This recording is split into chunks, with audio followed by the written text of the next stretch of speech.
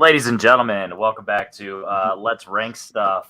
Today we are very topical, finally, on time, with Taika Waititi's filmography with the new release of Thor, Love, and Thunder. But before we get into that, Austin, how you feeling today, buddy? Hey man, I'm good. I just woke up from a nap, so I'm ready to go. I've watched all these movies and filled in honestly a few gaps I've been needing to fill in, especially with Taika for a while. So I'm glad I was able to do that this week and get back on track. And yeah, we'll get a little topical here with Taika because it's we like to at least stay topical every now and then here on Let's Rank Stuff. Yeah, it makes it easier just to have a conversation, or like you said, gives us a reason to fill in some gaps. And fun fact, this is the first episode in all the ones we've done where I've actually had to watch them all, whether for first times or because I really did not know where I wanted to make this ranking. And fun fact, I'm glad I did because spoiler alert, all movies are at least a 4-star for me. I had a great time with this, and I know, we'll get into that, but I had a fun time with this filmography, and I'm happy. So just like with my favorite directors that we talked about earlier in earlier shows, the rankings really don't matter in terms of high and low. It's all about just the placement and favorites. So what is your first experience into Taika Waititi? Yeah, definitely. I saw What We Do in the Shadows in the theaters, which was interesting because there was a theater I used to frequent when I lived back in Jacksonville, Florida, called the Sunray Cinema, and it was kind of a little indie theater, that showed a lot of art house stuff, but also some mainstream stuff. And when they would show trailers, they would mainly just show trailers for stuff that they were going to feature at the theater, which was always cool because you knew where you could see it. And they started running the trailers for What We Do in the Shadows, and I just thought it looked like a lot of fun. I was like, oh, it's like a vampire. This is Spinal Tap or Best in Show kind of thing, and I was like, oh, that looks like fun. I like mockumentaries, and so my ex at the time and I went and watched it and had a blast. We had so much fun. It was a really fun movie, and oddly enough, we did that, and then. Oddly enough, I didn't see any more Taika films, just for Taika until Thor Ragnarok. I hadn't seen some of the other ones. This was my first time watching Jojo Rabbit and Hunt for the Wilder People and a couple of the other ones on the list. So, but I do remember, I saw What We Do in the Shadows in the theater. That was kind of my first dive into it. Yeah, I can't remember if I saw. So I pretty much saw these three around the same time. I just don't remember which ones first. I didn't see any of them. Or I saw Thor Ragnarok in theater, but I just can't remember. I saw the other two first. But in terms of theaters, yes, Thor Ragnarok because of the MCU, not because of Taika. But I had seen Hunt for the Wilder People because it was one of those. I think it was just a new release, and I was just watching the new releases in that year. And then What We Do in the Shadows, it was just one of those highly recommended ones. So this was actually my third viewing of this. My third viewing of Jojo Rabbit. Probably the 5 or plus times of Thor Ragnarok, my second viewing of Hunt for the Wilder People, and then my first viewings of Boy, Eagle vs. Shark, and Thor, Love, and Thunder, obviously, which I saw in theaters. By the way, you have a little crackling going on with your mic, so I don't know if you want to... Oh, do I? Okay. If I need to unhook it and just go to the thing, I will. Yeah. With that said, Taika Waititi is a director who he has his own style, both in humor and then just kind of what he's doing, on screen, and he's not afraid to kind of push some buttons in terms of being edgy. And actually, that surprised me with his earlier films because I didn't know. Obviously, I'm not from New Zealand, and I don't have much / any experience with New Zealand culture and filmography. So seeing his first two films that were clearly New Zealand right themed or the culture, it was one of those where I'm like, oh, okay, cool. It's not as different as you would think, but also about what you think at the same time. So it's one of those where like I said, I enjoyed them. So I know you have some hot takes, and it's still crackling. So I don't know what you want to do. You know what? I'll tell you what. Let me just unhook it all together in the settings. My apologies, and I'll just go to the. I'll go to the internal. So I will start with my number 7, and like I said, it sounds pretty good now. Okay. I'll start with my number 7. I know it's not gonna be the same as yours, so we're actually going to do the things where we'll talk one movie at a time. So you just let me know if yours is higher. But my number 7, once again, not because of any negativities on any of these movies. They're all 4 stars or higher. But my number 7 is Boy.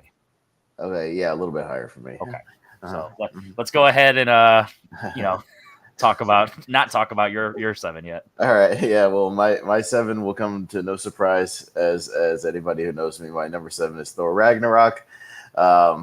but Yeah, there you go. we're gonna talk about that a little later. Yeah. So So my number 6 is the one I actually just got done watching, and once again, no negatives to it. It's just new in his filmography.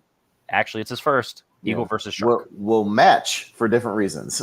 Okay. So my bottom three I am negative on. My Okay. top four I'm positive on, but we There you go. match on 6. My number 6 is also Eagle versus Shark. So we can talk about it. So I'll start. I'll start with the Yeah. positives because obviously I liked it. Eagle versus Shark. It's a combination of two things for me. Actually, fun fact in our private chat we have Brian Michaels when I talked about how I was going to watch this, and he was like, "Oh, you mean that you can pass on that because that movie is real Napoleon Dynamite like? Oh, actually, I think you like that movie, so maybe you will like it." And I was like, "Okay, that's an interesting comparison." And as I was watching it, I was getting those vibes. So it's a good combination of Napoleon Dynamite meets Punch Drunk Love, and I love both of those movies. And they're both movies that Napoleon Dynamite for me personally, is nostalgic in terms of I watched it growing up and I loved it. And Punch Drunk Love is one that grew on me because of just the awkward nature of it. So going into this, getting those vibes immediately, I was able to open my brain and actually interpret this film immediately from like how I know it'll grow on me. So instead of it growing on me, I was able to, appreciate it immediately. And it's one of those ones where it's just so awkward and weird and goofy and silly, but similar to my feelings about Punch Drunk Love, sometimes there's just someone out there for everyone, or sometimes you need to have someone who is an outcast or a weirdo like you to kind of counteract or like kind of open your eyes for your weirdness to not being a loser or a dickhead or something like that. And it's just one of those ones where it just showcases that people can be weird in themselves but also be endearing and be sweet, but it doesn't act like anyone's perfect in this movie. Even Lily, the main girl character, she's technically our lead, and we're seeing most of the movie through her eyes, but she's not perfect. She's weird and she makes some mistakes, but also she's accepting and she's forgiving, and that's sweet. And then everything with Jermaine Clement's character, Jared, he's a dickhead, and he's selfish. Like when we first meet him, he invites the other girl to the party, and then she comes in there, and then it gets to a point where she had to essentially be good at the video game to like kind of get his attention. And it's one of those ones where it's like selfish and like kind of crappy, but like obviously they vibe and they clicked. And when he wasn't being selfish and being a weirdo, they actually had good chemistry and they got along. So it's one of those ones where it just sometimes takes you need to get your ego out of the side and your own personal BS to finally accept the person that kind of meshes with you. And then same thing with her. She could have left, but obviously she wanted to because of the bustle and stuff, but the fact that she stayed and she was able to like keep staying, and they were able to grow on each other and accept. And it's just a good combination. It's a little yin to yang. So it's one of those ones. Obviously, the filmmaking's not top notch because he's new to the filmmaking, but the story and the acting, obviously it's that awkward, weird acting, but like that's what they were going for. So it like fits the tone, similar to Napoleon Dynamite. So it worked for me. So I can tell it's already going to be negative for you. So let's well, it's not that I like outright hated this movie. It's that I just found the whole thing kind of obnoxious. I just it was him trying to do sort of. I got the Napoleon Dynamite views too, but I like Napoleon Dynamite, so I wasn't against that at first. But I just kind of found the Jared character so obnoxious that like it kind of killed the movie for me, because I kept waiting for the turn, or I kept waiting for him to kind of tone it down and really accept Lily and like have this realization, and it doesn't really happen in the movie. Like he's just kind of a dick the entire time, like even after they've kind of had their with everything he does once they're even at his family's house, and they sort of have their blow up, and then he's still just like flaunting that I'm gonna be with this other chick even though he's not, and just he's it's like a worse version of Napoleon Dynamite, because at least with Napoleon, like he knows when like he's being too much, and he's able to dial it back in that movie, and he's like and he kind of settles down a little bit. I don't feel like the character ever settles down. I feel like Lily is a little too accepting sometimes, when she should just like blow up in this guy's face and be like, what the hell? And she never really does for the most part.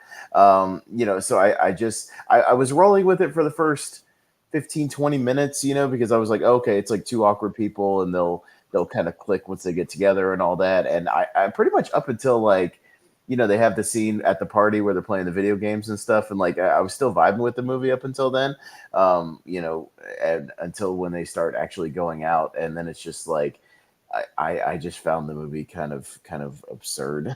Like I didn't really roll with the actual romance. I didn't really buy it because I think she's too accepting of this guy who's kind of, he's like autistic, I guess, or on the spectrum. Like you can definitely tell there's something going on. But like, I thought at some point he would kind of have this like realization, and he just kind of never does. Maybe that's sort of a amateur thing on Taika's part. The fact that it's like his first movie. Maybe he's learning from his own writing and things like that. But I just didn't really roll with the movie. Like halfway through, I was just like, I'm kind of just ready for this to be over. Like I don't think I'm ever gonna really turn the corner on this one. Yeah, I understand. I guess a kind of the thing that worked for me is the fact that during the fight, when obviously we're gonna spoil this a little bit. Yeah. Like it's not new, so I don't feel as bad with this one. And it's not like a major thing. It's not groundbreaking. But anyway, when he goes to the fight with the guy and the guy's in a wheelchair, and then he's having that moment, he's like, I gotta think, and you think he's finally gonna like let it sink in and be a good guy and turn the corner, but then he still attacks him. I feel like that's kind of the point where it's not trying to make him look like a good guy, and it's just one of those things where she is so desperate of having just affection and attention and all that stuff, and kind of whatever, that she's so willing to accept his like dickheadness, and he is just so in his own zone that it kind of just is what it is. So I feel like Taika, obviously there are different things that we've seen later in this filmography, how he's able to grow, especially something like Hunt for the Wilder People. There's characters in that movie that are similar, that have arcs, but so there's I feel like it's close enough that obviously in comparison to the other ones it's at the bottom, but I feel like I got those vibes. And like I said, it's I had this conversation early, last year when I did this show Against the Grain with Brian, and we actually talked about Punch Drunk Love, and I was able to like express a lot of the things that sometimes you just don't see it because of the awkwardness, because it's so weird and stuff. So it's something that'll either grow on you or you won't give it a chance. But since I have experience with films like this, I just went in with that mindset, and I was able to accept it. So I totally get it wasn't like the worst movie, or I've seen indie movies that do this, and I think it's just inexperience, to where they just are trying to do they're just trying to be edgy and like kind of mean spirited, and it's like but and that's all fine for an earlier film, but I think there's a movie like you said, like Hunt for the Wilder People, that kind of does that, but then there's arcs and like they turn the corner, you know what I mean, and like they come around, and I like that more, like Absolutely. I like to see the development. So we'll talk about that when we get there, but yeah, there we go. So like I said, that was my number 6, and your number 6 as well. Let's go ahead to go to your number 5 so we can talk about that later. My number 5 is the other Thor movie. So there is Thor: Love and Thunder. So you knew that was coming, but I definitely had a feeling. So, and obviously we're gonna do the same. My number 5 is What We Do in the Shadows. Interesting. Okay. All right. I'm way off on that one. So we'll be talking about that. We're essentially going to just jump to when we can talk about these, because we're so opposite on this, and I'm cool. Yeah. It's not like last episode. Where were there? No, if you want to see when we exact matches, go back and look at last week with Back to the Future and Bill and Ted, and oddly enough, we were spot on all the way. So yeah, we knew this was going to be the opposite of this one. So there you go. All right. What is your my number 4 is Boy. Okay, now we can talk about it. Okay. Because that was my 7. So yeah, go ahead. You start. Gotcha. So yeah, Boy. It was kind of a pleasant surprise. Again, I didn't know coming after, because I almost watched them pretty much in order, because I watched Eagle. If I'm excluding the Thor movies, I pretty much watched Eagle versus Shark first, and then I watched Boy, then I watched Hunt. You know what I mean? Like I pretty much just went in order as far as his non-MCU stuff.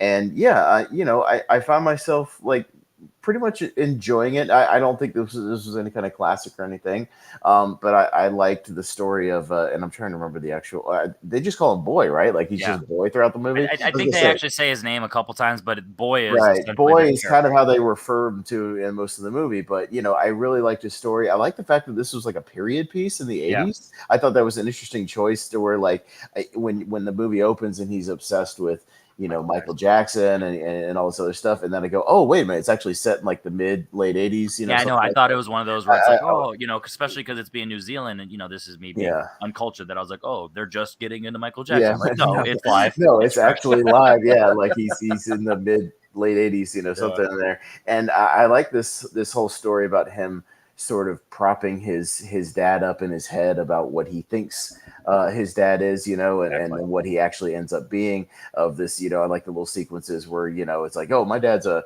deep sea adventurer, and he, you know, does this, does that, and he's a treasure hunter, and, you know, he props him up as far as, you know, this sort of myth in his head because of the little pieces of information that he has here and there, but he's never really hung out with them. You know, I like the relationship with him and his brother Rocky. I like that, and kind of the opposite personalities that they are. But, you know, I found this movie kind of pleasantly optimistic, you know, even though the stuff that comes crashing down on him later, as far as the reality of his dad when he finally does, you know, show up when he's out of jail, and he's, you know, he's not like a bad dude overall. Like, he shows up and he's kind of, you know, he's adjusting to kind of being around the kids. Obviously, there's an awkwardness there. But he's you just know, hanging with his mates. He's just rolling. He's just hanging, and you know, they're all just kind of hanging around together, and he's figuring things out, and they're kind of figuring out how to get along with one another. But you can tell he doesn't really want to be there, but he's kind of there. But yeah, I mean, it was definitely more of this like family drama, you know, with some comedic stuff in it. I found myself chuckling at a couple of the, you know, the little jokes here and there. I thought some of the stuff was kind of witty and nice. Again, not, it's just like, it was a good movie. I wouldn't say it was like a great movie. It was a pleasant watch. You know, I enjoyed it while it was on. I don't see myself ever going back to it, but it was a nice sort of family story about this kid and his dad, and the situation of kind of coming to the realization of, you know, how reality can differ from what you put in your head. So you know, it was a good solid movie. It was like a 3-star movie for me. It was pretty good. That's exactly why it's my number 7, because I got exactly what I needed out of it, and kind of the third act kind of like, you know, plateaued at that point, because it hits you with the peaks and valleys of like, this isn't what we expected. First, it hits you with the over stylized stuff of just the back and forth, and the hip hop of just the fantasy in his mind and all that stuff. You know, it's like, oh yeah, everything's all good. I'm gonna get my dad, blah blah blah. And then when he actually meets his dad, you know, you're having fun, but also you're intrigued about like how this relationship's gonna grow and how it's gonna go. But then once you get to the point, it's just like that real life, you know, ending, you know, for this type of story. And I literally just wrote this in my review, like, just don't meet your heroes. You know, it's one of those things. Yeah. It's, ironically, that's what Thor says.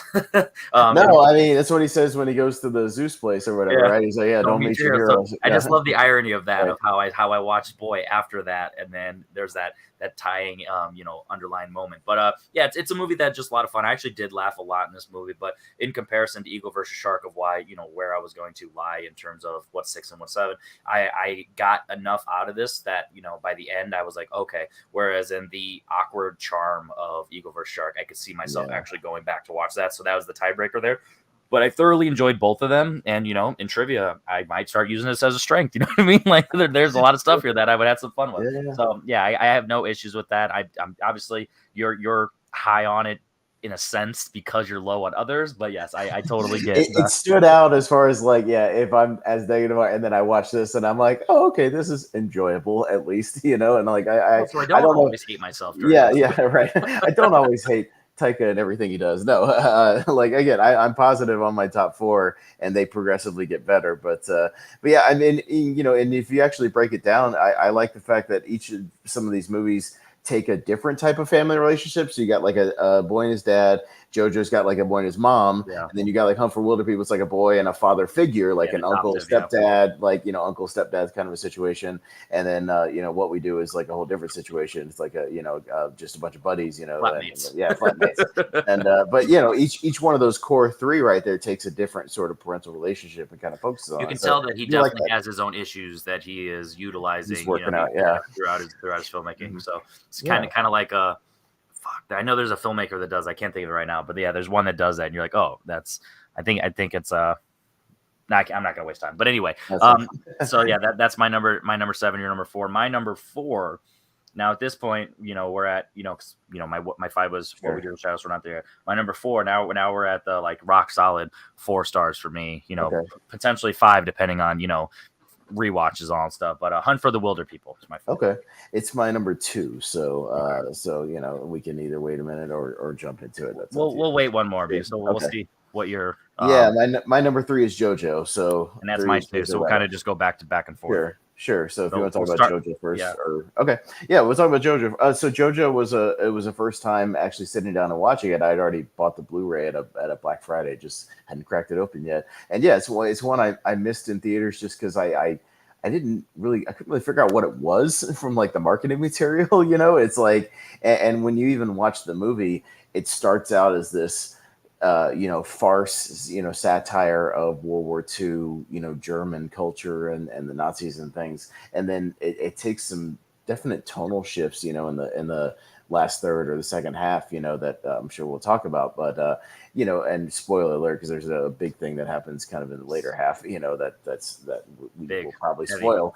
But yeah, I mean, in the first 20 minutes, I was really like vibing with it just as a kind of a farcical, comedy, all the stuff where he's at the camp, learning all the, the tactics and things. And from, Sam Rockwell, like he was great as that kind of lieutenant who's been,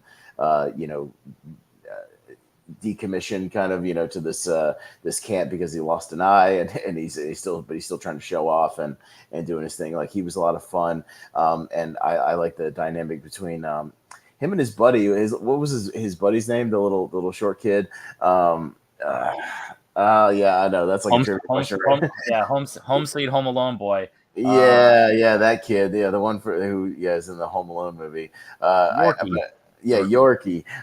So I really like their dynamic. I like Yorkie's optimism, like even in the middle of the battles later, where he's just like, "Hey, JoJo," like Gives him a hug when he's in his little suit. Yeah. Right. Yeah. Just I like their dynamic a lot. Every time he popped up, I kind of perked up because I thought a lot of that stuff was fun.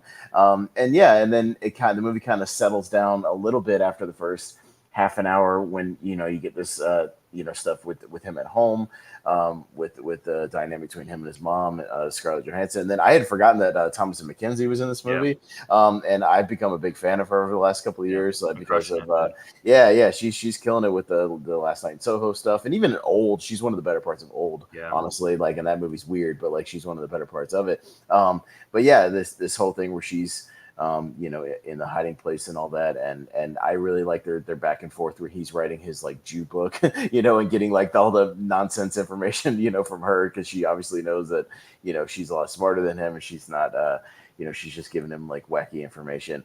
So I liked their dynamic. I thought their back and forth was really sharp. The stuff with him and Taika as Hitler was interesting. I don't know if I ever quite vibed with it totally. It was just a weird way to go of just like, okay, he's going to have this, Hitler guy kind of popping up as like his imaginary friend, but like they're going to have this kind of slapsticky relationship. I don't know. It was strange. I don't know if I totally vibed with that part of the movie. And then the tonal shifts were a little, at least on this first watch, maybe I'll settle into it if I watch it again, where we're still trying to do a little bit of that wacky stuff even after, and again, spoiler alert, after he finds his mom dead in the courtyard, after the meeting with Stephen Merchant.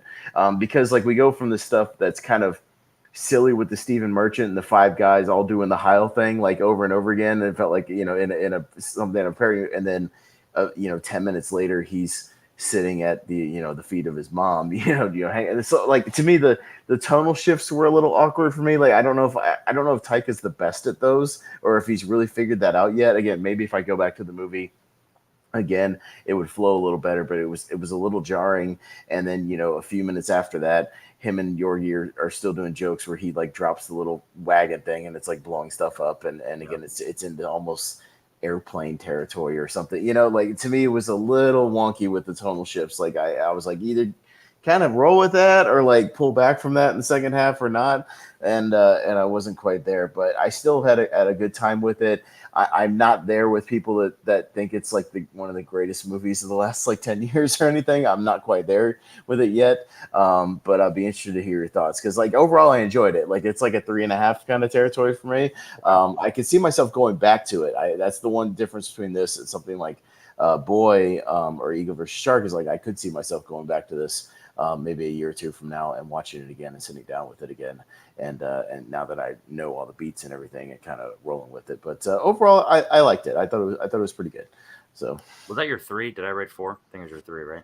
Yeah, JoJo's my number 3. Fine, so yeah, Boy was number. But so for the reason that So first of all, this was my third time watching this one, and this is one that the first two movies I honestly just let the hype get to my head because I've always thought it was a good movie, but like I never considered it a favorite, and it didn't get me emotionally, with everything with the shoes and all that stuff. Like it was, I was like, I should be feeling this, but I don't. I feel like it was just me being edgy. So I'll start off with the humor. I honestly think that everything that is directly Nazi related is meant to be slapstick because it doesn't want to come off as propaganda. So I feel like it's actively anytime you're directly, witnessing Nazi behavior, it is that slapsticky stuff, whether it's, Sam Rockwell being a goofball with, Alfie Allen and Fat Amy, Rebel Wilson, everything with them in their camp. Whenever they're doing that scene with Stephen Merchant, he's scary, but everyone else is goofy because obviously you still need to have that, Hans Landa type character, but everyone, surrounding them is going to be a little extra. And obviously the dogs are, barking at that stuff too, because they agree. But so the juxtaposition of the slapstick with the seriousness does a good job of, not coming off as propaganda. So then when you actually have the serious moments of everything with the either the Jews with Thomasin McKenzie's character or just his mom, both with the dad leaving or just her being, kind of, low key, a Jew saver, you know what I mean? I almost said hunter, and that was the exact opposite. So I feel like it actually does do a good job of that because it's meant to, when it's serious, it's like the true heart of the film of, the eyes of our people. But whenever it's slapstick, you're seeing it through the eyes of, the Nazis. And I feel like that's why Taika's Hitler is so over the top and goofy, because it's through the eyes of an 11-year-old boy. You know what I mean? I feel like that's why, whenever you're thinking of it, because like, when he's doing his Hitler stuff, he's Hitler because like that's what you hear. But when he's actually his personality, it's goofy and over and silly because he's an 11-year-old boy. So I feel like he does a good job of like kind of combining the two, and I feel like that's why that one actually has always worked for me. I didn't need to get into that. So the emotional stuff for me, this is the first time I watched it where I did cry. Like that hit me. Like, and I've seen it 3 times. It took me the third time to finally, like, when those shoes were, I'm just like, wow. I was like, that's heavy, man. And then, Doc was like, why is everything so heavy in the future? But it's one of those ones where it finally hits. So, I truly believe if you're like me, which sometimes we do agree, on stuff like this, that if it'll take a couple watches, because you weren't like anti, you were essentially I'm with it. I just again, some of the tonal stuff, maybe a little bit of the hype. Like I don't know if it quite met it, but I'm willing to, unlike some of the other, I'm willing to go back and watch this again like a year from now, like let it settle for a little bit, and then go back into it with fresh eyes, and check it out and kind of see if knowing where everything goes, knowing the beats that it hits, maybe I'll roll with it a little more. And I mean, it can really only go up from here. It's not going to go down. Exactly. It can only go up. And like for me on this, it took this third watch, so it's always been a 4-star. Even the first time when I was like, wow, I didn't see what everyone else saw, but I was like, I mean, it's a damn good movie, but like I didn't love it. And then the second time I was like, nope, confirmed, I didn't love it. This time I was like, shit, dude, I might have loved it. You know what I mean? So like, it's borderline 5-star right now at my number 2. So we're close. Okay. So now my number 4, which was your 2, right? Hunt for the Wilder People. Hunt for the Wilder People. Yeah, totally. I really like this movie. Like I really vibe with this movie even on a first watch. Like I really dug it. Just the whole, and the whole setup, like it for me, it took a while to like really start clicking, but I think once it really does, like the whole relationship between Julian Dennison and Sam Neill is dynamite. Like I thought all their scenes were great. Like once we get into the crux of the movie, after the mom passed away, or auntie, passed away, and I forgot about that. By the way, this was my second viewing. Yeah. Like, fuck, I forgot about that. Well, and it just kind of jumps to it because it just jumps to her. She's done. Like there's not like a death scene. You know what I mean? It's just like there's a time jump, and then you realize there's like a bereavement thing they talk about, and you're like, oh, she passed away. Like, oh, well, you see Sam Neill is more like crying and hovering over her body, but like you said, you don't actually witness the death, and I feel like that's what Taika doing a good job of. Like that's just life. Like you're sometimes you don't actually witness it. You just show up and you experience the aftermath. Yeah, totally. And then when Sam is just like, all right, I'm out of here. Like I'm done. I'm going to just be in the woods like I do. And then he goes after him. And when it really gets going as far as like their main crux were like they're off in the woods and then people are looking at them and stuff. Yeah, I really dug like that middle section of the movie a lot. They're back and forth. Him kind of stumbling around the woods and Sam's kind of curmudgeonness, about like, no, just get out. Like, you're not going to last like 5 seconds out here. Like, get out of here. Like, go back. Like, I just want to be by myself. And then their slow kind of, obviously the relationship that kind of develops over with and him what? kind of So I know you're not huge on Taika's like comedy life a lot of times. So what were your thoughts on the scene when they're out at that little cabin and they see those two guys and he's like, yeah, he made me do things, and then sometimes he made me play with myself. No, I mean that's good. No, it was no, I mean sometimes we live together, and they do this and that. Yeah, like it's obviously dancing around like him being, they keep going back to the pervert, the pervert thing. I'm not a pervert, like all the pervert stuff. So did that comedy work for you? Yeah, no, that stuff worked for me. Like I liked it. So and it was mainly because of Sam Neill's reactions. Like he has really good reactions in this movie, and like his the way he plays off of it, just like, oh my, what the, like, stop talking, like the whole thing. He does all that. But and the way he really develops and comes around, because he's kind of this. He's not like a total dickhead. He's just it's again.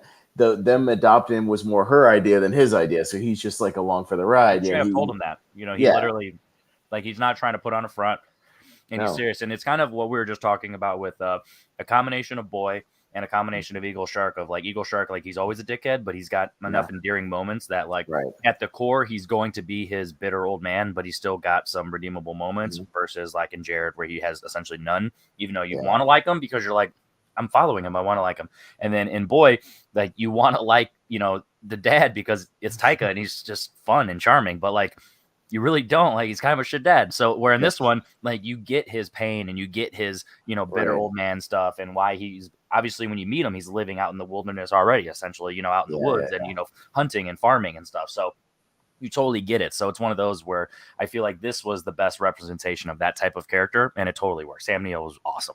Yeah, and when it hits some of those emotional beats, like when the dog has the fight with the boar or whatever, and it has like there's a couple of good like quick emotional beats, and when there's a nice payoff when he presents him with the ashes of the mom, you know what I mean, like and they spray the ashes at the waterfall, like there's some actually there's emotional beats that I feel are earned, in the movie, like as opposed to some of the some of the other movies. Like I feel like they work and they kind of vibe with it before they get back to the comedic stuff. So I like all the supporting people they kind of run into. The girl and the family that it runs into are fun. The ones that are always offering the sausages, like all that stuff is fun. I dig all that, and then him taking like the selfies with them. I like the dynamic between the two. The social worker, police people. Like, I had actually seen that guy. I watched because it was on Malcolm's Top 64. Is a movie called Samoan Wedding, and there's a sequel to it. And that guy is like one of the main dudes, and so I'd actually seen him before. But yeah, I like their back and forth. It was a lot of fun with with her not really being a cop, but like trying to be a cop and like trying to be the leader. She's just this child welfare. That's the Grandmaster's right hand in Thor. So that's just fun. Yeah. And that's Jared's sister in Eagle vs. Shark. Yeah. He uses a lot of those side people. Yeah, a lot. Like if you go back and watch. And then in Eagle vs. Shark, just in the one scene, but when they're in the video games, that's right from What We Do in the Shadows, and I just thought that's fun. So yeah, that's pretty cool because you're getting these representation of like he's showing love, especially when he gets bigger. He's still having these people from his early days. But yeah, last thing about Hunt for the Wilder People. How do you feel about this fan theory that I just created right now that I've never heard? So after the events of Boy, his dad finally leaves, so then he goes into foster care and he becomes Dennison's character, and he meets and he goes to live to different families, and he finally ends up with auntie and uncle, and then that's why it feels so real, because it's kind of the continuation of his story in Boy. Like, what do you think about that? Maybe the ages kind of line up.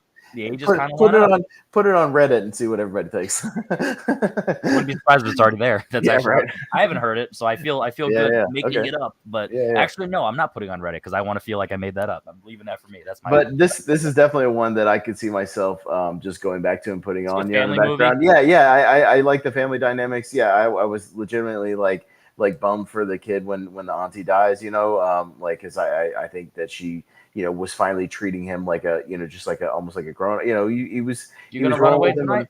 Yeah, yeah. All right, just make sure you're back in the morning for breakfast or what, things like that. Yeah, I liked all that stuff. She's accepting him for who he I is. thought you were running away. I did. I'm taking a break. Yeah, yeah, all that stuff was fun. I really like because that's such a kid thing of like I'm running away, but I'm only running away across the street. Yeah. That's such a kid thing. I'm running away to the treehouse that you already built for me or something. Like that sort of thing.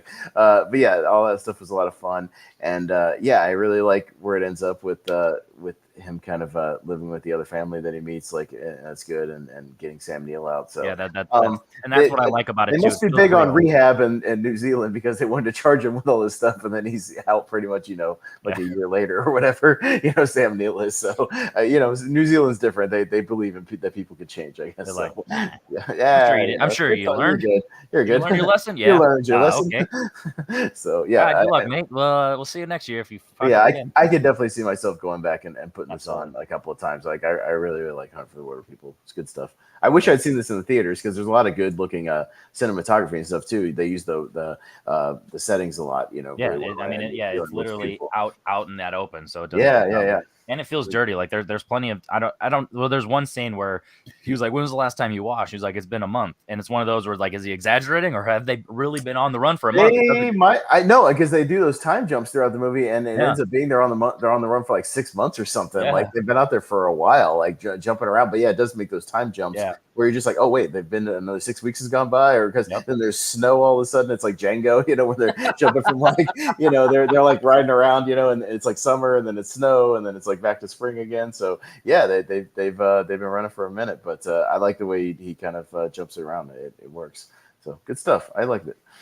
There you go. Yeah, I enjoyed that. So it's one of those ones that it's definitely going to jump up. And speaking of jumping up for me, definitely not for you. My number 3, Thor: Love and Thunder.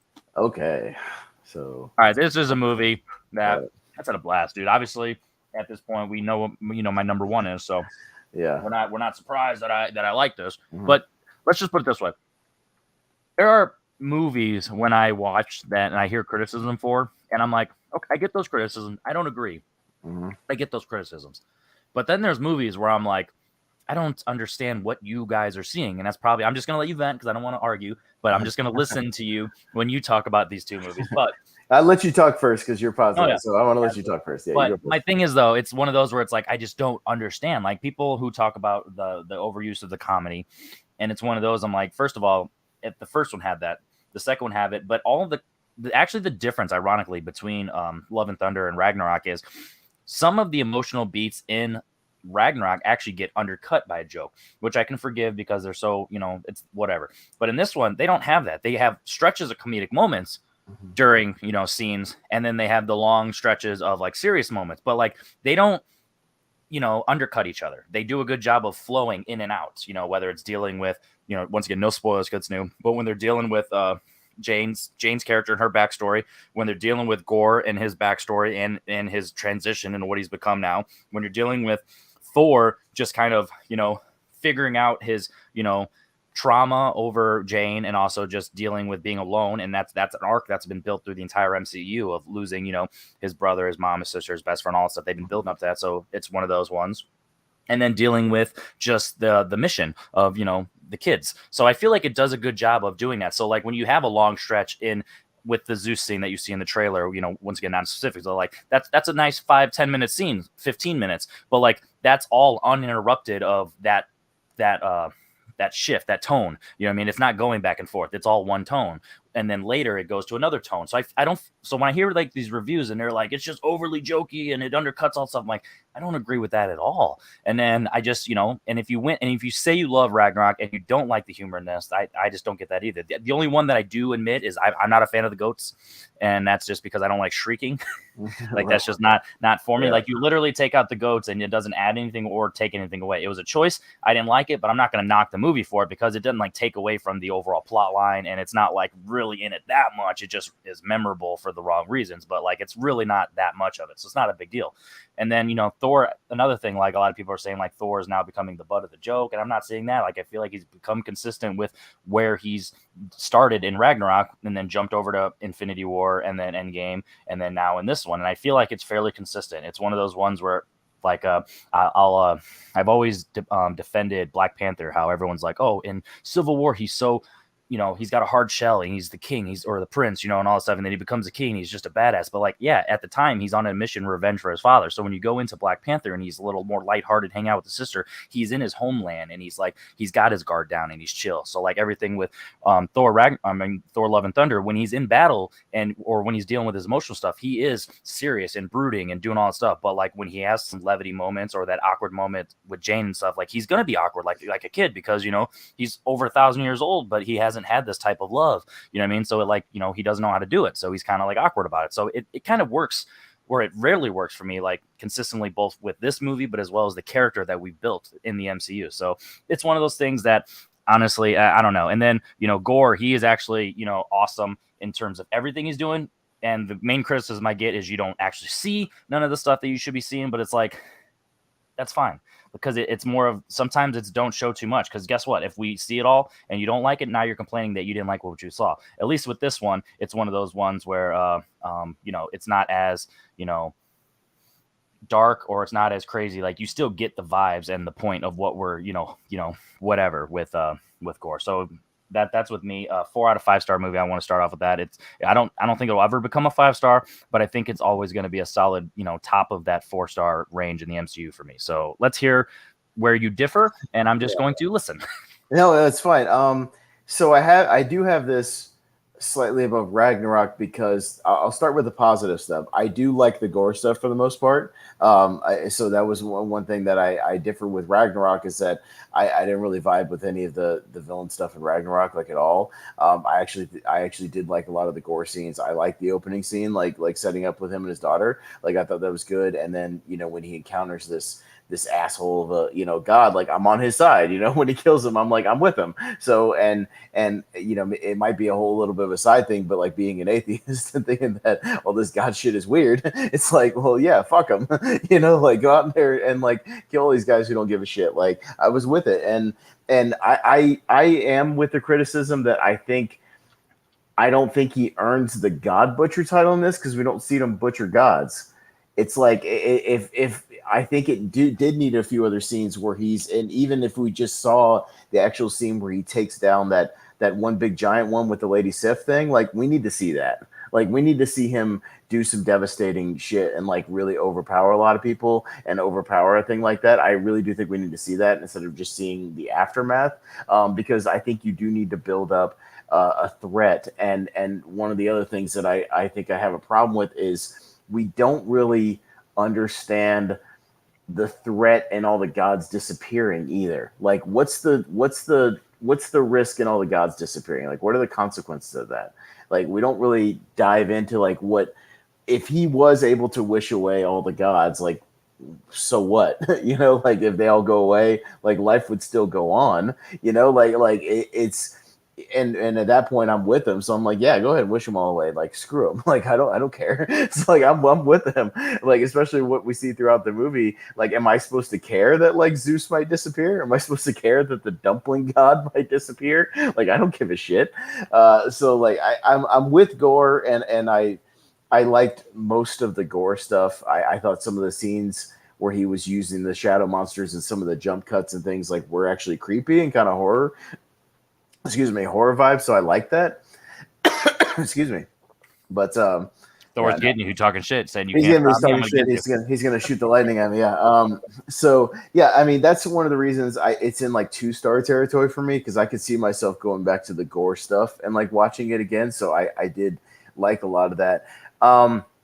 I feel like a lot of the Jane stuff is kind of unearned and a lot of backtracking when they have to do all these flashbacks of stuff they've never really alluded to with their relationship. And it's like, oh, all of a sudden we're going to backtrack and show you the stuff that we've never really earned with, you know, them having this lived-in relationship. I never feel like they really had that in the other movies. And then the fact that it was blown off in Ragnarok, and then we are trying to doing this backtracking and trying to pretend like they did have some kind of relationship is very strange. The daddy Thor stuff comes out of nowhere and is unearned. I don't feel like there was any allusions to him being a dad. You know, the fact this movie. Now you're getting into spoilers. Relax. Well, I mean, you know, it is what it is. But you're getting into spoilers. Relax. Well, it's only a week old.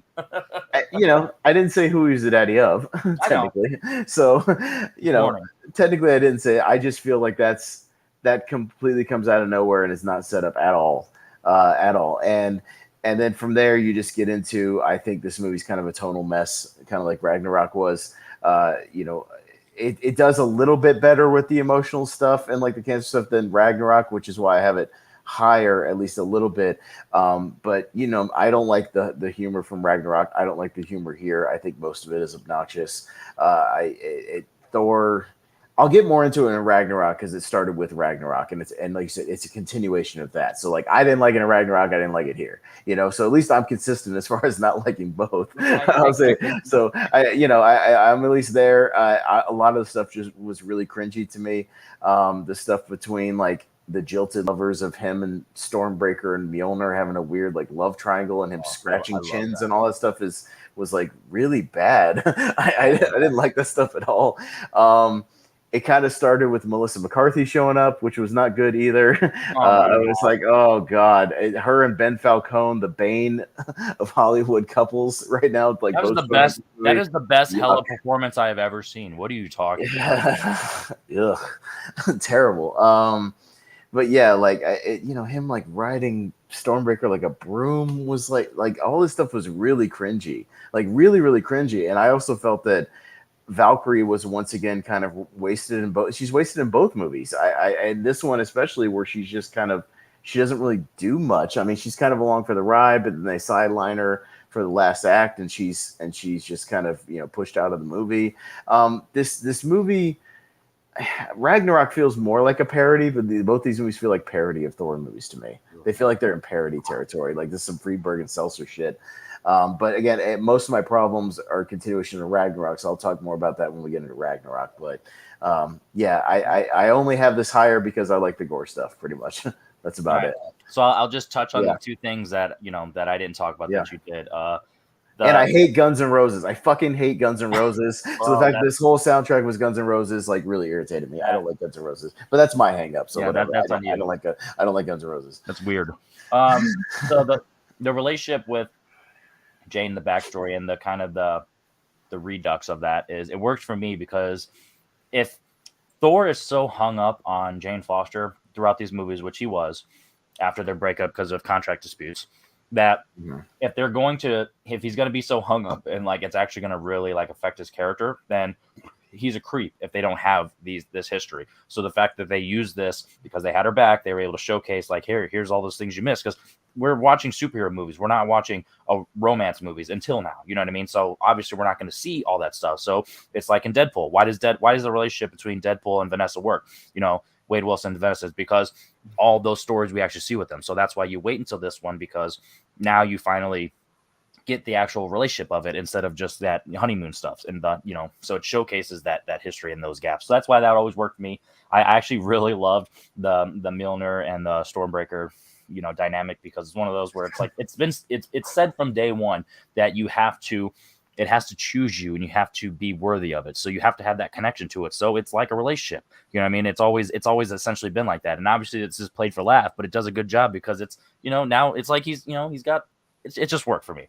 So, and then the gore stuff, obviously, like I said, obviously we didn't see none of the actual butcherings, but we got the aftermath. And sometimes it's like, the fear of the unknown, because when he's chasing Thor and he's doing all the stuff with the kids and he's doing a good job and he's overpowering, it's one of those where like, wow, he's this close right now and he's gonna get him, and we already seen the deaths. So it's like, oh my, I don't know, it's something about it's just the horror factor of it. Sometimes you don't need to see the kills, you just know what he's capable of, and it worked for me. So I get it, but that's why. And Russell Crowe's awful in this movie. It's awful. That stuff is orgy Zeus, awful. Awful. Like, sorry. People ask me why I prefer DC shit. Fucking, this is prime reason. I'm sorry. These movies are prime reason why I do right now, at least right now, and where they've gone. So, this shit. So, yeah, more of my problems kind of stem from the continuation of Ragnarok stuff. So we'll get into that. But yeah. So now we will 1, 2, 3, 4, 5, 6, 7. So now it's just both of our number ones. Yours is lower, so we'll talk about your number 7. All right, so my number 7, as I alluded to, was Thor Ragnarok, and so we'll get into it. I remember going to see it, and I'd seen all these reviews, and people were blowing it up, and I was like, oh, okay, cool, like maybe it's good. And from almost the opening scene when he's with Surtur and like the thing, and they're just doing the lamest comedy of like, oh, hang on a minute, I'm gonna keep spinning, like I. Like just I was irritated from like minute 2 in this movie. Like I was like, when my problem was we had not seen this Thor or even allusion to any of this Thor in any of these other movies. And maybe I just like older Thor than I do this Thor. Like I just fully admit that. Maybe I like the Thor from Norse god only. Yeah, Norse god, stoic, but like funny in a way where it's more people reacting to how like weird he is. Out of the water stuff. In the yeah, first yeah, one. and it's like, you know, I'll give you an example of like in the Avengers when they have that sort of 3-way fight between him and Captain America and Iron Man, when he's talking the way he talks, and Iron Man is like, you know, dost thou know you weareth her drapes, and he's getting irritated like that. That back and forth is funny. Like I think that creates funny moments because of like his awkwardness, you know, more so than like him trying to crack jokes like everybody else and becoming like stand-up comedian. The emotional beats in this movie are completely, absolutely undercut by jokes. You even talked about that. The Odin's death is a complete throwaway in this movie, and what should be and this really big moment. This really big moment, he's just babbling and then he's gone. It's not treated like any kind of weight. We just move right along from it. Hela just shows up and we move right along, and we don't touch on it again like really later. I think it just comes out of nowhere. It's done and it's gone, when that should be a big deal. When the first 2 movies, really the first movie itself especially, is between the relationship between him and his dad, and the fact that it's literally blown off like there's nothing is a thing. The title alone, Ragnarok's a big deal in the comics. It's a really big deal. It's a very heavy storyline. And the fact that it is, Ragnarok itself is treated as a side note in this movie, is treated as a subplot when it should be the main plot. And instead, the main plot is the Thor Hulk smash the universe movie, you know, buddy comedy. And Ragnarok is it's almost like we forget it's going to happen, and then it happens in the last 10 minutes and it's over. This is a big deal. Thor losing his homeworld is a big deal. It is a devastating event, you know, for the entire comic universe when it happens. And if you're gonna do that, you need to treat that shit seriously. Like you need to. And the fact that even when it actually happens and you do the final blow up and Korg is undercutting it with jokes, oh, we still got the foundations, and it blows up. Okay, well that's gone. Like you completely cut that. Like we built up this whole thing, and it is just thrown away again for the sake of yucks, which pisses me the fuck off. Like that pisses me off.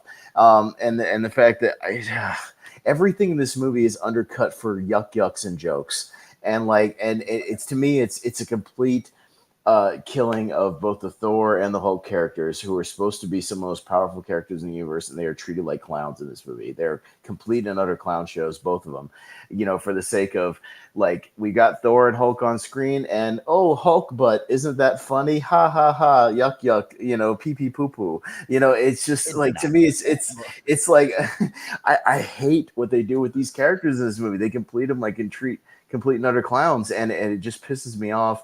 There's a complete wasted backstory with Hela that you could have explored in this movie, where they allude to her being like this devastating executioner for Asgard and for Odin. There's a gray area there with Odin that you could have really explored, and with Hela, and it's just like a painting on the wall, and we move right along. I thought Hela is wasted. She's just kind of like she's a side note in the movie, and we cast her aside so we can have Jeff Goldblum just being Jeff Goldblum for like 45 minutes. And I like Jeff Goldblum, but it's just out of place. Like this stuff is weird. It undercuts the Planet Hulk stuff that's in this movie. This movie just pisses me off, dude. Like I watched it again this past week, and it just pissed me off a little more. And the fact that, man, an hour into the movie, I was bored too. I was just bored. Like this movie just drags. It drags like a motherfucker too. Like I don't like this movie. I hate this movie. It's easily my worst Marvel movie. Like I hate this movie, like to a T. And I really hated Eternals too. But like at least Eternals takes some of its material somewhat seriously. But like, oh my god, like that movie's boring too. But yeah, I don't like Thor Ragnarok at all. So please tell me why I'm wrong. Tell me why you guys love it. But like, I hate this movie, and I'm not alone on that. There are people that hate this movie as much as I do.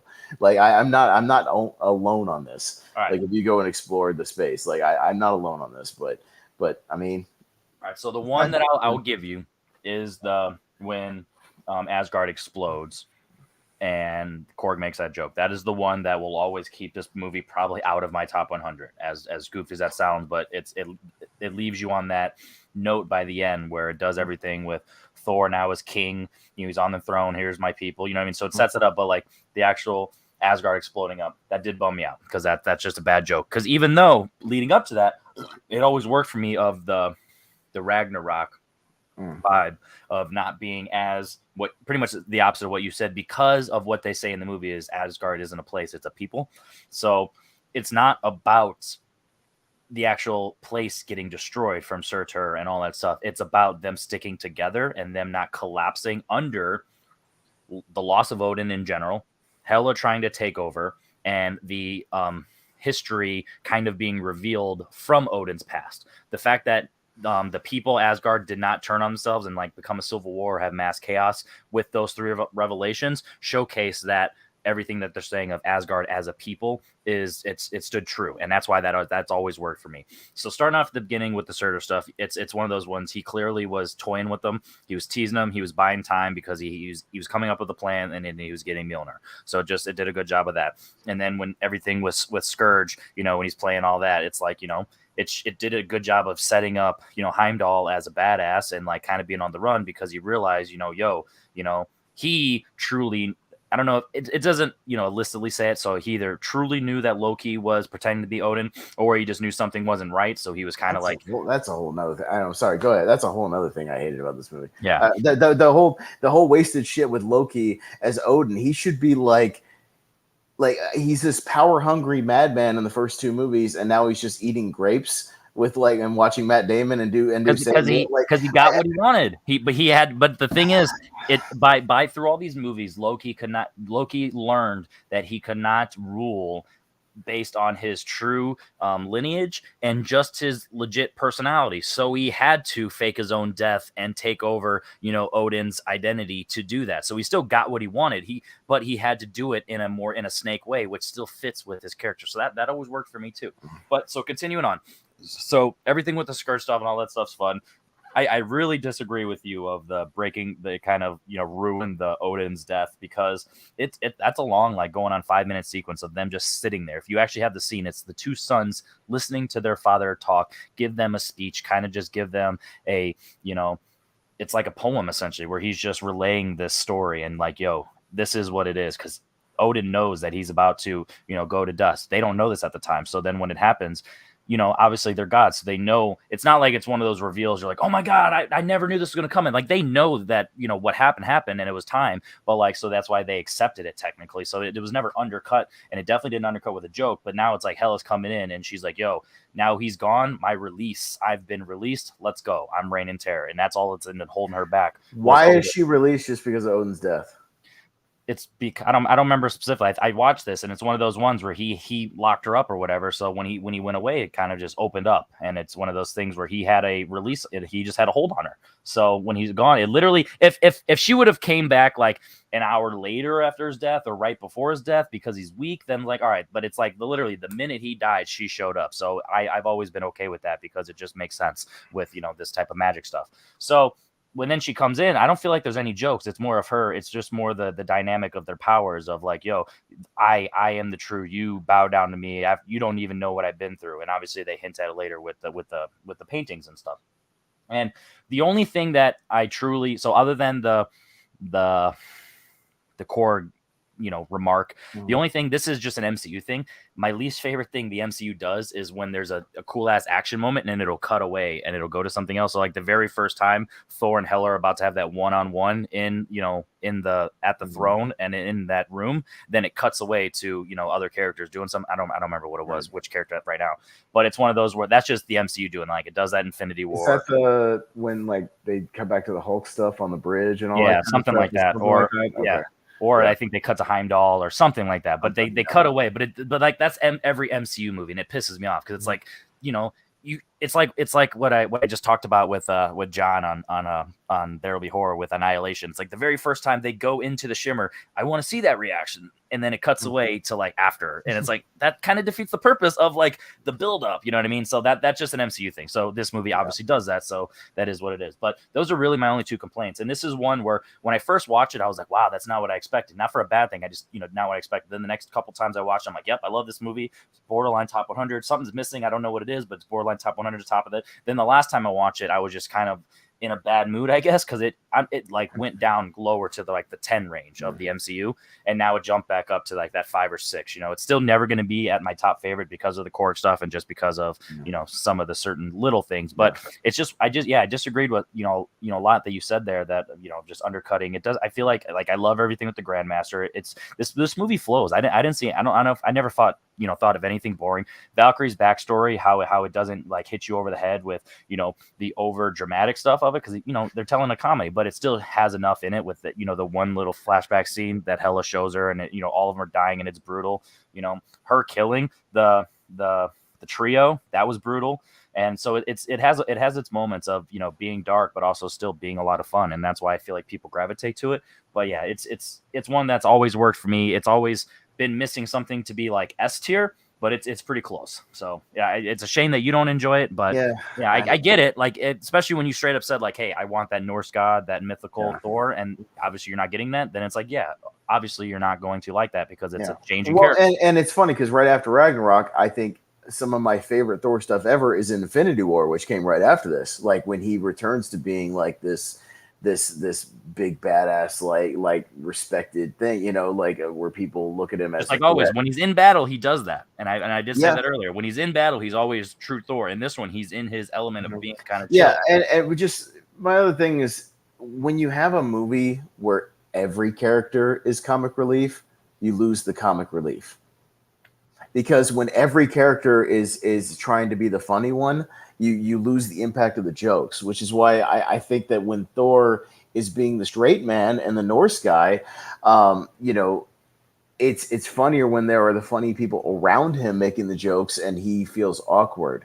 Like that. That's why some of that stuff worked better for me when in the original movie, when he's the fish out of water and he's still being Thor, and there are the other people kind of reacting to his weirdness or whatever. Like that's where to me the good comedy comes from. But in this movie, Thor is the comic relief, Hulk is the comic relief, Grandmaster is the comic relief, Korg is the comic relief, Meek is the comic relief, Hela to a degree is the comic relief, Scourge is the comic relief, Scourge or whatever is the comic relief. Like everybody's the comic relief, like, and it gets overbearing. This like you can't have everybody that stuff. Oh, and I didn't even mention the Warriors 3 just getting cast aside, like, fuck you. Okay, and we're just moving on. That's how powerful Hela is. She literally has she didn't even ask who are but you. There's no, there's no reflection on that. Hey, where's my friends? Oh, you just murdered them? He didn't have enough time when he got there. He was in for battle. It's like it literally didn't have any downtime to do that. But it's just like, fuck you. Like, if you guys have, developed, like, these characters in the first two movies, like, go fuck yourself. They're just gone. Like, to me, it's just that is disrespecting the characters. And I feel like these two movies make me really worried for Taika's Star Wars movie. And like I don't even really love where Disney's gone in Star Wars, but oh my god, if we get Thor Ragnarok for Star Wars, holy shit. I'm really scared for that. So I don't know. Look, I know people disagree with me. I'm in the slight minority. I'm not in the total minority though. There are people that are coming around to that, but yeah, and that's just to a bigger problem with the current MCU. Anyways, I'm not really loving what the MCU is doing in this phase, and it's I remember on there's a lack of direction. There's a lack of focus. It's all these. They just feel like these one-off stories that aren't connected at all, or there's no greater goal. There's no greater purpose. I still don't know where they're going, and we're 12, 13 projects into Phase 4, and I have no idea where they're going. There's no greater focus. Where are we going? I don't know. We're just doing stuff. We're just spinning wheels. So there you go. But now we know where we are going. Our final one of the day. Right. My number 5. Your number 1. Yes. What we do. What we do in the shadows. Yeah. I said from the first time I saw this movie in the theater, I kind of fell in love with this movie, and it's just kind of grown in subsequent views to where it's on my 128 episodes coming up. Like I love this movie to pieces. It's just. Like I said, I really love mockumentary stuff when it's done right, and I really like this idea of the creativity in this movie where we take a concept that's kind of played out, just vampires in general, but putting the spin on it of just seeing them going through their everyday life, and just living, here in New Zealand, and just like these flatmates who, the opening stuff with them is, oh, we're gonna have a meeting and talk about the chores of the house and who's not pulling their weight around here, like you haven't done the dishes in 5 years, like all this stuff is just, the mundane life of them, like just following these guys and what they do on a day to day. It's not all, darkness of them going out and like, grabbing people off the streets, And then when Taika does kill someone, he just makes a mess because it hits the jugular and it's just exploding. No, it just yeah, like all that stuff, and he's trying to catch it in his mouth, like all that stuff is great. Like all that stuff is great. Like this is where I think Taika shines. Like, and this is to me the peak of Taika, to where like his stuff really works. Like he's actually great in the movie. All the chemistry between him and Jermaine Clement as the sort of. I love that this movie takes the vampire thing, but each one is like a vampire from a different era and a different representation of the ones we've seen in movies. So you have like repetitive. Yeah, you have like a Victorian era, sort of Renaissance era, vampire. You have the Vlad the Poker, but like Vlad the Impaler obviously is what he's supposed to be. Peter is obviously a Nosferatu, like really old vampire, and I like the way they bounce around that, and they're kind of paying tribute to all these different. But they're all still classic enough. So yeah, when they bite Nick, he just is like, you guys are all dressed weird, teach about music. They don't know about technology. It's like the Stu stuff where he's just teaching them how to use the internet and like teaching them how to use phones. He FaceTimes his buddy. He's like, you told me I'm 19 years old. Yeah, it's good stuff. When Vlad's like, I'm 16 years old. Okay, wait a minute. Well, we looked kind of rougher for 16 back then. When he obviously looks like 40. Well. Yeah. It's there's good little stuff like that. I love all the character dynamics, and just seeing these guys going out trying to get into clubs, it's just fun. They must, now that I've seen Fright Night, I watched it a couple weeks ago. I totally got. He's like, they have to let us into the club. Yeah, he's like, can you please invite us into the club? And he's like, no, like fuck off, get out of here. You're weird, get out of here. Yeah, you're weird, you're weirdo, and like just get out. Like all that stuff is just funny to me. They've been talking about it for years, but I so want a werewolf spinoff. They've talked about doing a movie called Werewolves, with like the spinoff of the werewolves, but the little bit we get of like the werewolf group, and there's this other group of like these werewolf guys out there having their own adventures, at night, doing their thing, and the jokes they make back and forth, and this gang rivalry. Practice your breathing. Yeah, it feels like West Side Story. It's like the Jets and the Sharks. Like every time they encounter each other, there's just like bats and the wolves. Yeah, the bats and the wolves. Like all that stuff is a lot of fun. And watching Nick's transition, as he becomes a vampire and kind of figuring it all out. Like he had COVID for yeah. But all the shit, like even just the little shit makes me laugh. Where he's like, I love to fly, and he can't even get into the window. He's like trying to pull himself into the window because he's like weightless, and he's just trying to get in there. And yeah, I just think all this movie's just so entertaining. Like it's just so breezy. It's so much fun to watch. I pick up little things every time I watch it. I'm always just looking at the production design and all the tributes they throw to old movies and things is a lot of fun. The ball is fun at the end, and the fact there's like this jilted lover thing, kind of mixed into there is a lot of fun. I like the storyline with Jackie, like the slave who like wants to be she like wants to be a vampire. She's like, we got to do this soon. Like I'm getting old. Like working for 4 years. Yeah, I don't want to turn into a vampire when I'm like 60 because I don't want to look 60 the rest of my life. Like we need to do this like now, and he keeps brushing her off. Like the scene when she gets her friends and she's like, you said they're a virgin. Oh, she's definitely a virgin. I'm not a virgin. Who the fuck you? Yeah, all that stuff is great. It has one of my favorite lines where he's like, "See, I just we prefer virgins because if it's like a sandwich, you'd prefer if the sandwich hadn't been fucked yet." Like that's a great line. There's just all kinds of good stuff like that.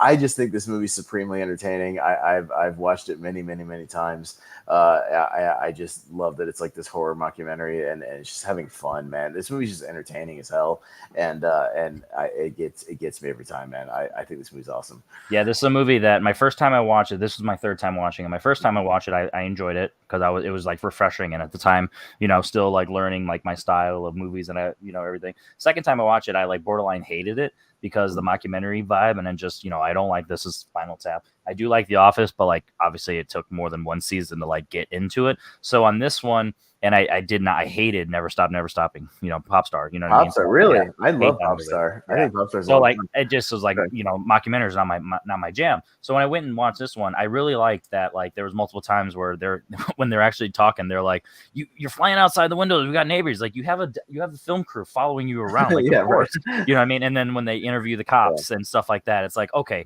they're like implementing the mockumentary stuff into the actual plot too. So it started to work for me. Whereas in most times it's more like it's like found footage essentially, you know what I mean? It just kind of doesn't work for me. But no, this one opens with them being like, we agreed not to eat the documentary people essentially, and they're all wearing crucifixes just in case they try to, like it fully acknowledges there's people there. That's why in this viewing it definitely worked for me. And like I'm not a big vampire guy. Like I don't like the Lost Boys. When me and John, when we talked about vampire movies, I didn't like Girl Walks Alone at Night. I don't hate Twilight, as weird as that sounds, but like more because I like the people stuff, not the actual like vampire stuff. I did actually like Fright Night. So when I watched this one, I was like, okay, let's go in, learn some stuff. And, Fright Night remake is really good. If you've never seen the Fright Night now that I've seen the original, I definitely want to watch that. The remake is really good. Yeah, I've heard. Yeah. So the reason that this is number 5 is, like I said, it's a 4-star movie. It bumped up to that, but it's one of those where it's like, I have that emotional, part in all the other 3, pretty much everyone above it. Like Ragnarok's a 5-star because it's just a favorite. It's one of my favorites. But I got the emotional stuff in JoJo, which is borderline 5-star. I got that emotional stuff as well as just a lot of fun in Love and Thunder, and then the emotional stuff plus a lot of fun in Hunt for the Wilder People. And obviously, that's always going to be my tiebreaker. There's emotions that's going to jump. So just inherently, what we do in the shadows is that number 5. But it's like the bottom 2, Boy and Eagle vs. Shark, are like solid bottom tier 4 stars. What We Do in the Shadows, like 2 steps up, still at a 4-star, but like 2 steps up, where it's like, all right, those 2 will never jump What We Do in the Shadows, and then the other ones are 2 steps up. So it's like the tiers of this, all ironically in 4 stars, but there's tiers within the 4 stars just based on how comfortable I am them being, at that point. So what, and then I have heard a lot of this. A lot of people do think the TV show is a lot better. Because of I've watched the first season of the TV show. I'm a little behind on it. I know they're like up to season 4 or something right now. But they at least, I will say, they at least kept the same vibe and the same tone of like the comedy. So like if you like the movie like I do, you can easily slide into the show. Like it's the same vibe. It's just following a different group of vampires, like in the same setting. So like if you like the movie, like I do recommend the show. Like the show is like right on par. Like you can slide right into it. So yeah, What We Do in the Shadows, like I said, it's just one of those that grew on me. I'm happy that I did do the rewatch because this would probably have easily been at the bottom because I would have been at the 3-star territory. So I am glad that I rewatched it, and I'm glad we talked about this because now I can confidently say I'm a fan of Taika Watiti. You're technically more positive than negative, but it's technically it's a definite like hit or miss situation. You know what I mean? Like a for sure. Like this is one of the definitive like hit or miss. I mostly like him when he's not doing comic book movies. Like and I will probably say when he's not doing Star Wars movies because I'm really worried about when he's not doing geek stuff. When he's not doing geeky shit and he's just doing his own, like pulling from his own life or doing his own, this New Zealand type of humor, when he's doing his own original stuff, I'm mostly with it. So, I like it when he's not fucking with geek stuff. Essentially. Yeah. All right. So that was our Taika Waititi. Since we now went to the format of talking one at a time, it made it so much easier to rank these. So our number 7 is Eagle vs. Shark. We both had it at number 6. Our number 6 is Boy. You had it at 4. I had it at 7. Our number 5 is Thor, Love and Thunder. You had it at 5. I had it at 3. Our number 4 is Thor Ragnarok, unfortunately, because you had it at 7, but I had it at 1. Our number 3 is What We Do in the Shadows. Your number 1, but my number 5. Our number 2 is Hunt for the Wilder People. Your number 2, my number 4. And then my number 1, or my number 2, and your number 3, Jojo Rabbit. So that is where we lie with our ranking. And honestly, you could see that ranking, and maybe the comic book fans will not be, like where Ragnarok is, but the rest of the thing, I feel like, no one's really going to complain about that list. That's a solid list there. But what do we have on the docket for Yeah, we've been building up, and we've got another. We've done kind of some limited ones. 6, 7 movies here and there. But every now and then we have a big blow off. So we've been building up to a big one. We've got Terminator versus RoboCop next week, which is going to be fun. We sometimes blend these franchises. We knew we wanted to talk about Terminator at some point because that's a big franchise, obviously. But we were like, like there's 6 Terminator movies. We could do that, or we could spice it up a little bit and do another one. So we got another sort of cyborg character with RoboCop, and that adds another 4 movies. So yeah, it's a big 10 movie blow off, and when you combine the two, who knows where the rankings are going to end up. I know you're watching a few for the first time to kind of fill in some gaps, and yeah, I've seen all these movies before. At least I'm just going to be doing some rewatches this week for a few of them, but that's going to be a big one. That'll be like Alien versus Predator. We're going to have a lot of fun with that. Absolutely. With that crossover. And then go ahead and just tell. Sure. One more. We'll do one more. Yeah, well, one more, and I'll say the one after that will be another tie into something coming out because Jordan Peele's Nope is coming out, which I'm very excited for. I don't know, are you excited for Nope, or you with it? I'm refusing to watch any of the new trailers because I'm so excited. I don't want. Well, and I can't help but seen the one trailer they've run over and over again for the last couple months because it's been in front of almost every movie I've seen. If it's the one, I'm right. The same one. But I don't want any new ones. But if there's any new ones that come out, I'm not watching any TV spots. I'm not watching anything. I'm keeping like my intrigue. Because with his movies, he goes to crazy places, so I just want to see where it goes. When I'm in a theater. So, but yeah, we're doing. I think for the first time in here, we're doing a 3-way ranking. We're going to take some sort of showcase up and comer guys who dabble in horror, 3 different directors who have a small filmography. So it's going to be, Jordan Peele versus Ari Aster with his Hereditary and Midsommar versus Robert Eggers, who had The Northman, which is not really a horror movie, but he started with The Witch, which is, and got a lot of acclaim for The Witch. And then The Lighthouse dabbles in some horror as well. So, so we're going to take 3, 3, and 2, so 8 movies altogether. And obviously, after we've both seen Nope, and then we'll throw that one in there as well, and see where all those come out. That should be interesting because those movies, there's some good movies in there. So who knows where those are gonna? That's gonna be a tough ranking. I'm not gonna lie. It's a tough ranking, and that's gonna be one of those ones we talk about as hardware. Like if you put some at like number 7, and you're just like, no, but it's good. I just have to have it at number 7. You know what I mean? Like you're just like, might be a few 5 stars on this list. We'll see. Maybe, yeah, we'll see. So yeah, I'm gonna rewatch 1 or 2 of those, and then obviously when we see Nope, that'll be thrown in there. But that should be a lot of fun. There we go. All right. So that was the man of the hour, Taika Watiti. So make sure if you like this video, drop your rankings down in the comments. There's only 7. Let us know your favorite. Let us know where you are on Thor Ragnarok. If you're on Pez's side, if you're on my side. Obviously, Sam Wilson is on Pez on this one, and then Jordan is on me with Ragnarok. So it's one of those where it's like it's definitely going to be a polarizing topic. So comment below your ranking. Let us know, spoiler free, what you thought of Love and Thunder, just because it's new. And then are you excited if you watch along? Because I know some of those movies, the RoboCop movies, are on AMC Plus, I think, if I remember correctly. So you can check those out if you want to watch those with us and, kind of be fresh with us. So, yeah, it's going to be a lot of fun. So make sure you check out everything that Pez does over in the Movie Hero Network, Tournament Fights, Tier Ranker Fights, and podcasts about movies. Make sure you check out me on Mondays with John Marr, There Will Be Horror, and make sure, obviously with us here on Let's Rank Stuff. But make sure you hit that notification bell because we don't know exactly what time we're going to be going live because, we have lives. But yeah, and also on the channel, we have both singles and teams. There will be trivia. Make sure you check out that. So my name is Henry Confidential. That is Awesome Pez Hal. Taika Watiti. Later, mate.